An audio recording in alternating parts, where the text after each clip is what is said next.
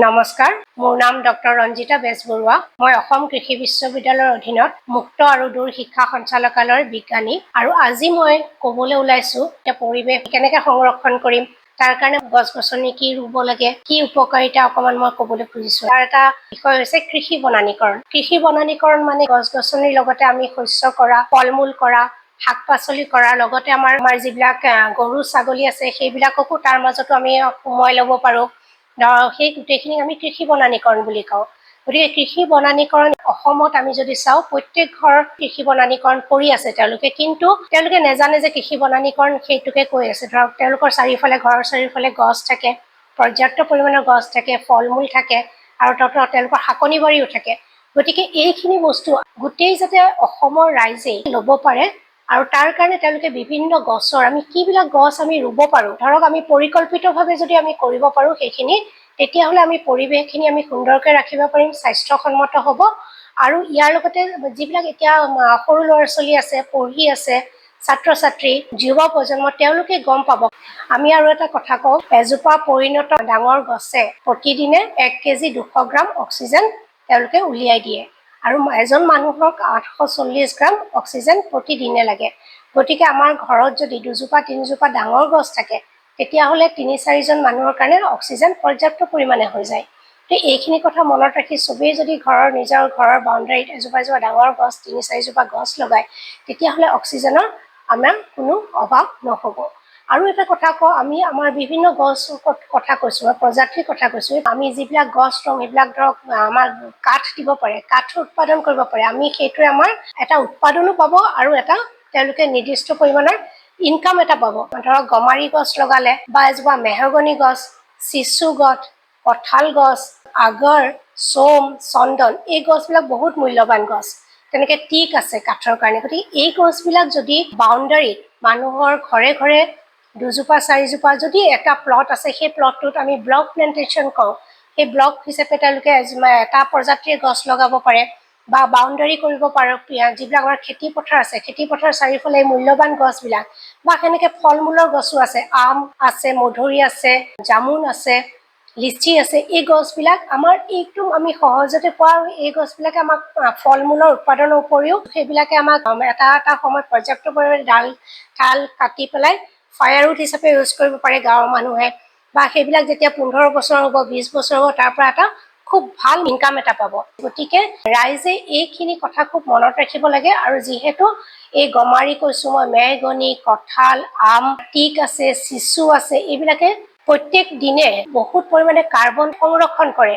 Carbon সংৰক্ষণ কৰাৰ লগে লগে গ্ল'বেল ৱাৰ্মিঙৰ পৰিমাণটো কমি যাব। আমাৰ যিটো তাপমাত্ৰা বাঢ়ি গৈ আছে দিনে দিনে, বা বৰষুণ যেতিয়াই তেতিয়াই আহে, বানপানী হয়, এই যিবিলাক প্ৰাকৃতিক দুৰ্যোগ কৈছোঁ, এই দুৰ্যোগৰ পৰা বহুত পৰিমাণে পৰিশ্ৰম পাব। আৰু আমি প্ৰায়ে দেখা পাওঁ যে আমাৰ ৰেইন ট্ৰী বুলি যিজোপা গছ কওঁ, তাৰ পৰিসৰটো বহুত ডাঙৰ আৰু বহুত বছৰ পুৰণা, 40 বছৰ পুৰণা আমাৰ ৰেইন ট্ৰী পোৱা যায়।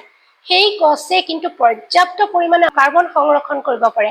আৰু এই কাৰ্বন সংৰক্ষণ কৰাৰ কথাটো খুব এতিয়া প্ৰয়োজনীয় হৈছে ল'ৰা-ছোৱালী আৰু যুৱ প্ৰজন্মই জনাটো। কাৰণ এই কাৰ্বনেই পিছত কি হয়, কাৰ্বন ক্ৰেডিট বুলি এইবিলাক মাৰ্কেটত এতিয়া বিক্ৰী হৈ আছে কাৰ্বনখিনি। এই কাৰ্বন ক্ৰেডিট কৰি এখন ঘৰে যেনেকৈ LIC তেওঁলোকে পে'মেণ্ট কৰি এটা আমি ধন সংৰক্ষণ কৰি ৰাখোঁ, কিবা আমাৰ বিপদ হ'লে, তেনেকৈ এজোপা গছক যদি এজন ব্যক্তিয়ে ভাবে যে এইটো মোৰ LIC পলিচি, তেতিয়াহ'লে সেই গছজোপাই পৰৱৰ্তী সময়ত LIC যেনেকৈ বেনিফিট দিয়ে, এই গছজোপাই কিন্তু সকলোকে সুন্দৰকৈ বেনিফিট দিব পাৰে। কাৰণ কাৰ্বন ক্ৰেডিটত এতিয়া বহুত লাখ লাখ টকাৰ লেনদেন চলি আছে আৰু এইটো খুব সোনকালে সকলো জেগাতে হ'বলৈ গৈ আছে। এতিয়া ফল-মূলৰ কথা কৈছিলোঁ, ফল-মূল গছ কেলে ৰুব লাগে। ফল-মূলৰ পৰা আমাৰ প্ৰত্যেকজন ব্যক্তিৰ নিউট্ৰিশ্যন হ'বই। তাৰোপৰি বহুত ফল-মূলৰ গছৰ পৰা আমাৰ সৌন্দৰ্য বৃদ্ধিৰ কাৰণে কিছুমান বস্তু তৈয়াৰ কৰা হয়। বহুত ফল-মূলৰ পৰাও সেইবিলাক কৰিব পাৰে। আৰু তাৰোপৰি আপোনাৰ ধৰক ঔষধি গুণো বহুত আছে। আৰু চাব যে সোণাৰু, কৃষ্ণচূড়া এই গছবিলাক সুন্দৰকৈ ফুলি থাকে। পথাৰত আমাৰ যেতিয়া সৰিয়হ ফুল নাথাকে বা অন্যান্য ফুল নাথাকে, এই মৌ-মাখিয়ে ক'ৰ পৰা মৌ সংগ্ৰহ কৰিব?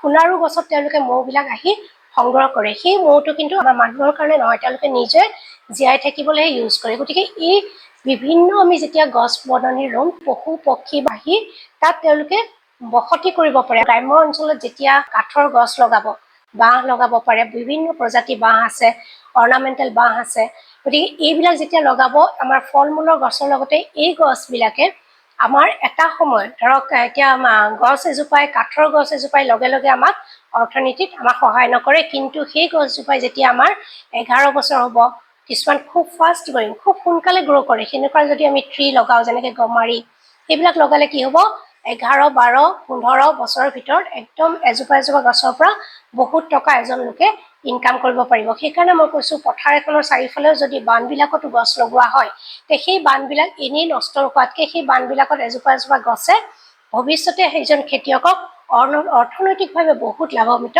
কৰিব বুলি মই আশা কৰিছোঁ। সদায় আমি কওঁ সমুদায়ভাৱে আমি কাম কৰিব লাগিব, অকলশৰীয়াকৈ নহয়, সমুদায়ভাৱে তেওঁলোকে যেতিয়া এখন গাঁৱত বিভিন্ন প্ৰজাতিৰ গছ লগাব, ফল মূল লগাব, তেতিয়া এজন বাহিৰৰ পৰা যেতিয়া আহিব বা কিনিবলৈ আহিব, তেওঁ একেবাৰে সেই ভিলেজখনৰ কাৰণে আহিব যে সেই ভিলেজখনৰ পৰাই মই গোটেইখিনি বস্তু একেলগে লৈ যাওঁ, তেওঁৰো লাভ হ'ব, এখন গাঁৱতে গোটেইখিনি বস্তু পাইছে, আৰু যিসকলে কৰিছে তেওঁলোকৰো গোটেই খুব এটা ভাল লাভান্বিত হ'ব বুলি আশা কৰিছোঁ। এতিয়া মই ক'লোঁ যে সামূহিকভাৱে কৰিব লাগিব, এইটো সামূহিকভাৱে নকৰিলে অকলশৰীয়াকৈ কৰিলে নহ'ব, কাৰণ তেওঁ মাৰ্কেটৰ লগত লিংকেজ কৰিব লাগিব, অকলে তেওঁ মাৰ্কেট কৰিব নোৱাৰে। গতিকে সামূহিকভাৱে কৰিবলৈ, আৰু এই সামূহিকভাৱে যে কৰিব সেইটো শিক্ষা, কৃষি বনানীকৰণ কি, এইটো কেনেকৈ কৰিব লাগে সেইটো স্কুল পৰ্যায়ৰ পৰা আৰম্ভ কৰিব লাগিব। স্কুলত শিক্ষা ব্যৱস্থাটোত এই কৃষি বনানীকৰণ বিষয়টো অন্তৰ্ভুক্ত কৰে, যাতে সকলোৱে বুজি পায় ইয়াৰ পৰা কি উপকাৰিতা হ'ব, কি অৰ্থনৈতিকভাৱে লাভ হ'ব, কেনেকৈ তেওঁলোকৰ স্বাস্থ্যসন্মত বস্তুবিলাক পাব। গতিকে মই অনুৰোধ কৰিছোঁ এই শিক্ষা ব্যৱস্থা স্কুলৰ দিনৰ পৰা যদি তেওঁলোকে এইটো কৃষি বনানীকৰণৰ কি উপকাৰিতা সেইখিনি শিকি ল'ব পাৰে, তেতিয়াহ'লে মই নিশ্চয়কৈ ভাবোঁ এইটো এটা ডাঙৰ জাগৰণ হ'ব আৰু সামূহিকভাৱে সকলোৱে ইয়াৰ পৰা উপকৃত হ'ব।